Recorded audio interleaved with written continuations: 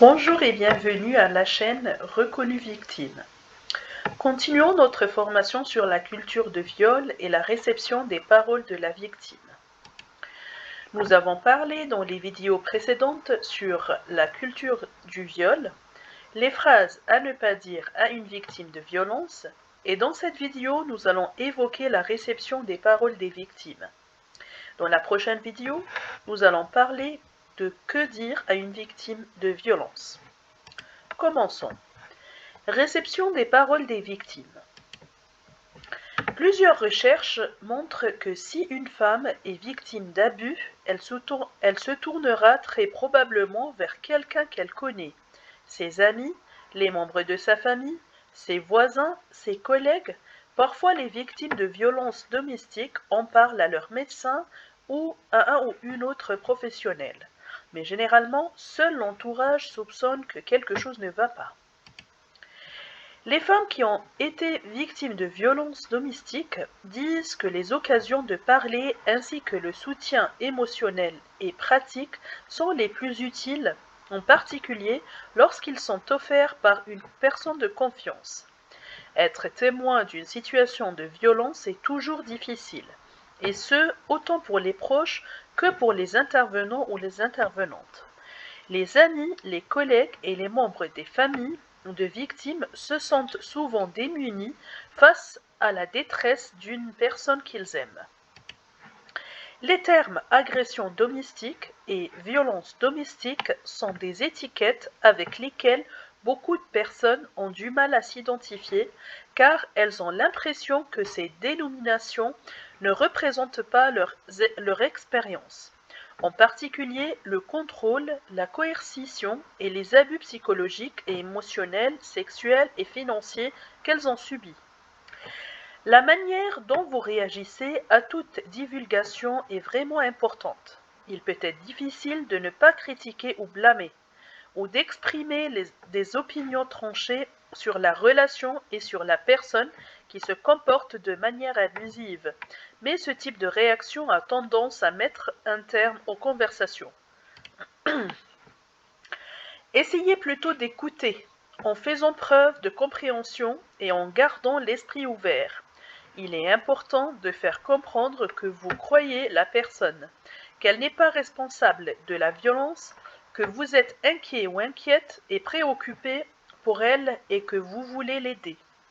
Si on vous confie des violences, la première chose à faire est de respirer un grand coup parce que c'est douloureux des violences et que si on ne prend pas son temps, on peut passer à côté de l'essentiel. Protéger la victime. Proposer un lieu dans lequel elle peut reprendre ses esprits le temps qu'il lui faut. Proposer un trajet sûr vers l'hôpital, le commissariat, chez elle, suivant son souhait. S'assurer qu'elle ne se retrouve pas de nouveau en contact avec son agresseur ou un autre agresseur potentiel. Il est nécessaire d'identifier un espace dédié à l'accueil des victimes, plus calme et en retrait du reste du festival ou du lieu de la fête. Rappeler à la victime le cadre d'écoute et ses droits, l'importance pour la victime d'être écoutée, de répondre à ses attentes et à ses besoins, de faire valoir ses droits, de ne pas oublier l'existence des spécificités traumatiques des violences sexuelles. Ne jamais forcer une victime à faire quoi que ce soit, cela serait vécu comme une seconde violence. Beaucoup de victimes, même bien informées, ne souhaitent pas porter plainte, ou du moins pas immédiatement. Il ne faut pas les forcer, ce serait une violence supplémentaire. Dans ce cas, réorienter vers des organismes qui pourront prendre en charge la suite, hors du cadre du lieu festif. Lui assurer notre soutien si elle porte plainte ultérieurement, maintenir à sa disposition le résumé écrit de l'interaction qu'on en a eue avec elle à ce moment-là, s'il existe, lui proposer de témoigner.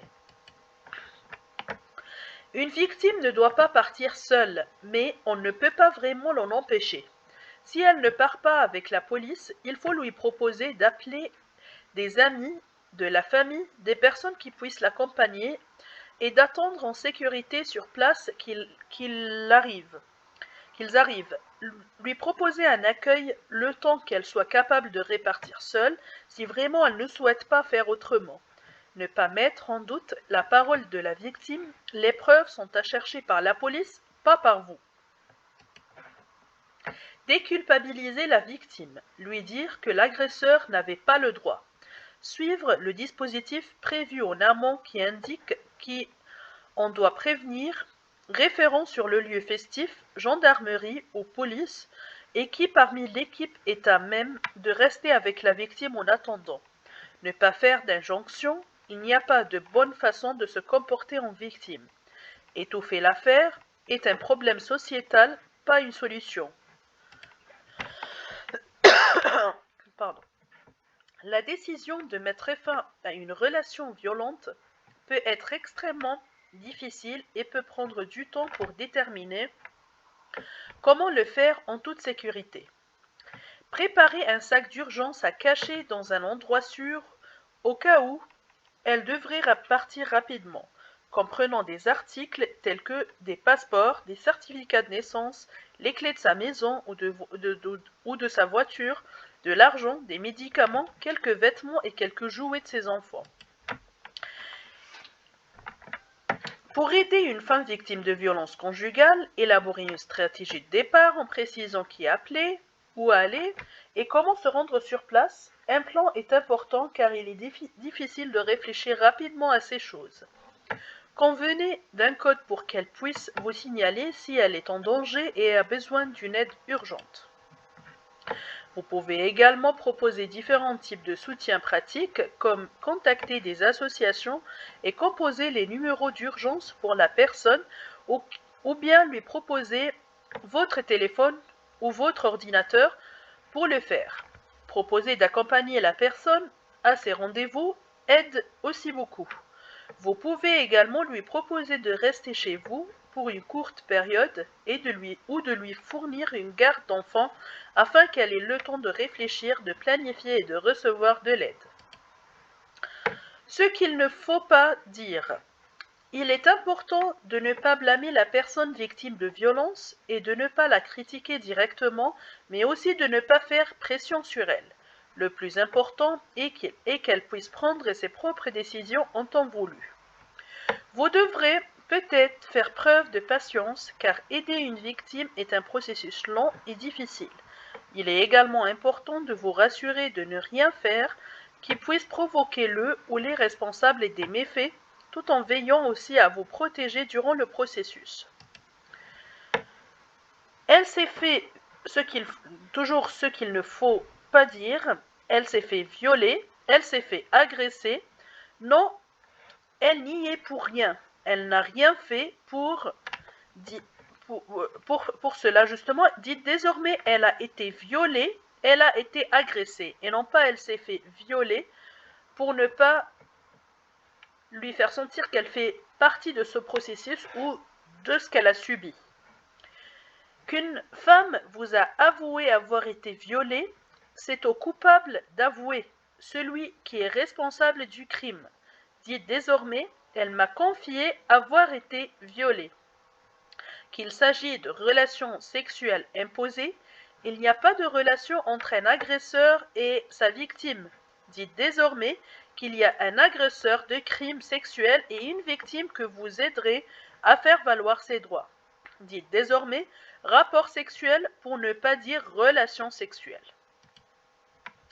Voilà pour aujourd'hui et un petit rappel pour nous joindre sur les réseaux sociaux reconnu-e victime sur Facebook ou bien sur Instagram reconnu.e.victime, sur YouTube la chaîne reconnu-e-victime et vous pouvez nous envoyer un mail sur reconnu.e.victime@gmail.com.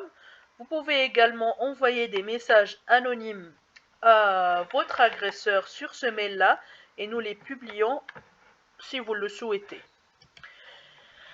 Et pour finir, cette présentation est le fruit de plusieurs sources en ligne, plusieurs articles et livres lus et de plusieurs formations des associations des droits de victimes, de lutte contre les violences et les agissements sexistes et sexuels. Son objectif est de sensibiliser les personnes au soutien des victimes et à la lutte contre les violences faites à leur égard. Voilà pour aujourd'hui, je vous remercie et à la semaine prochaine.